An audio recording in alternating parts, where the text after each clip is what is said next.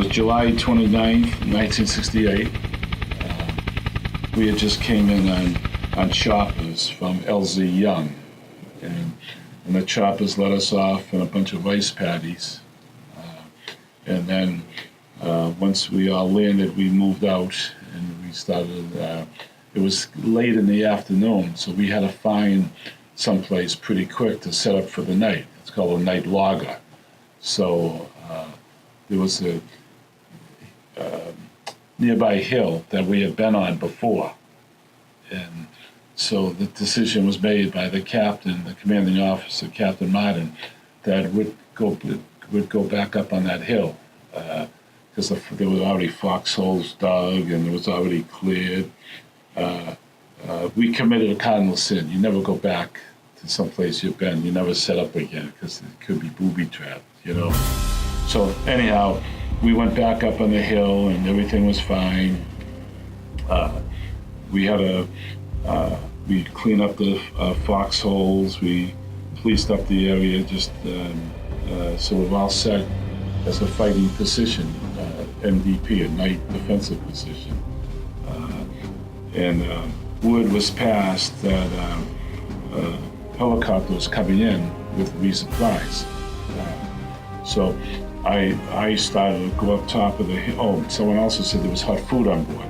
So I wanted whoever offloaded the chopper got to be first in line for the hot food. So I wanted hot chow, so I started up the hill.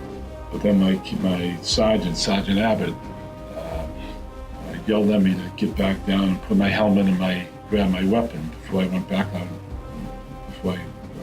up to the top of the hill.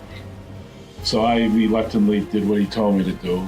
I went back down, put my helmet on, grabbed my M16. Then I saw go back up the hill. But then I looked over my shoulder and I could see the chopper was coming in real close. So I said, I'm not going to be able to get up top of that hill. The chopper's going to go over, you know, the chopper's going to go over. So I just laid down and I covered up and let the chopper go over my head.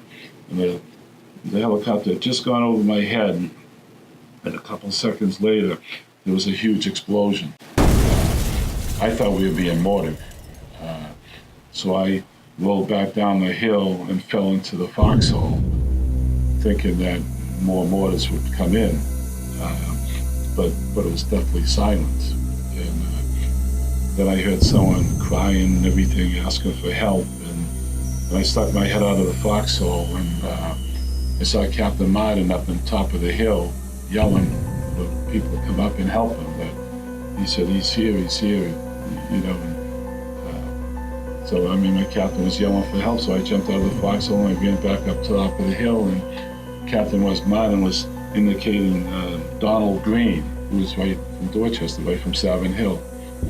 He's saying, he's here, Donald Green is here. And he said, Stig, look for him. And what Captain Martin was talking about, the explosion. There was a big explosion and a big hole in the bomb crater now, and all the dirt had covered up Donald Green. He was hiding in his foxhole when the chopper came in, so he didn't get hit by all the dirt and everything. And so I was digging, looking for Green, where Captain Martin told me to look. And finally I exposed his back.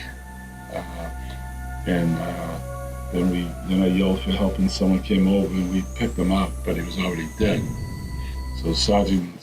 So Donald Green was dead. We found a couple more people, the same thing, where, you know, they were covered up with dirt and everything. They were in their foxholes, but they were covered with dirt. They were dead. So we had 3 dead. We had about 10 wounded, you know, and then when we did a head count, we realized we were still missing one person, Sergeant Auxier, Staff Sergeant, and we realized we were still missing.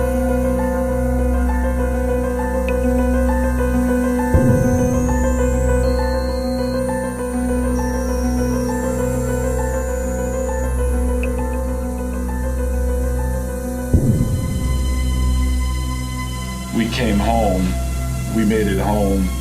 Sergeant Auxier never made it home. He's still over there. No one knows what's going on.